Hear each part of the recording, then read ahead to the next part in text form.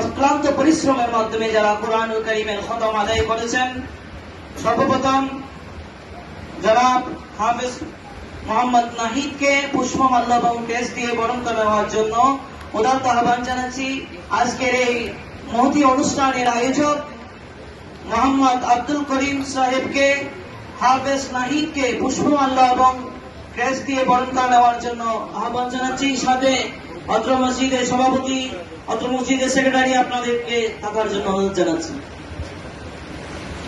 আমরা প্রত্যেকে বলি মারহাবা, একবার মোহাব্বতের আওয়াজে বলি মারহাবা।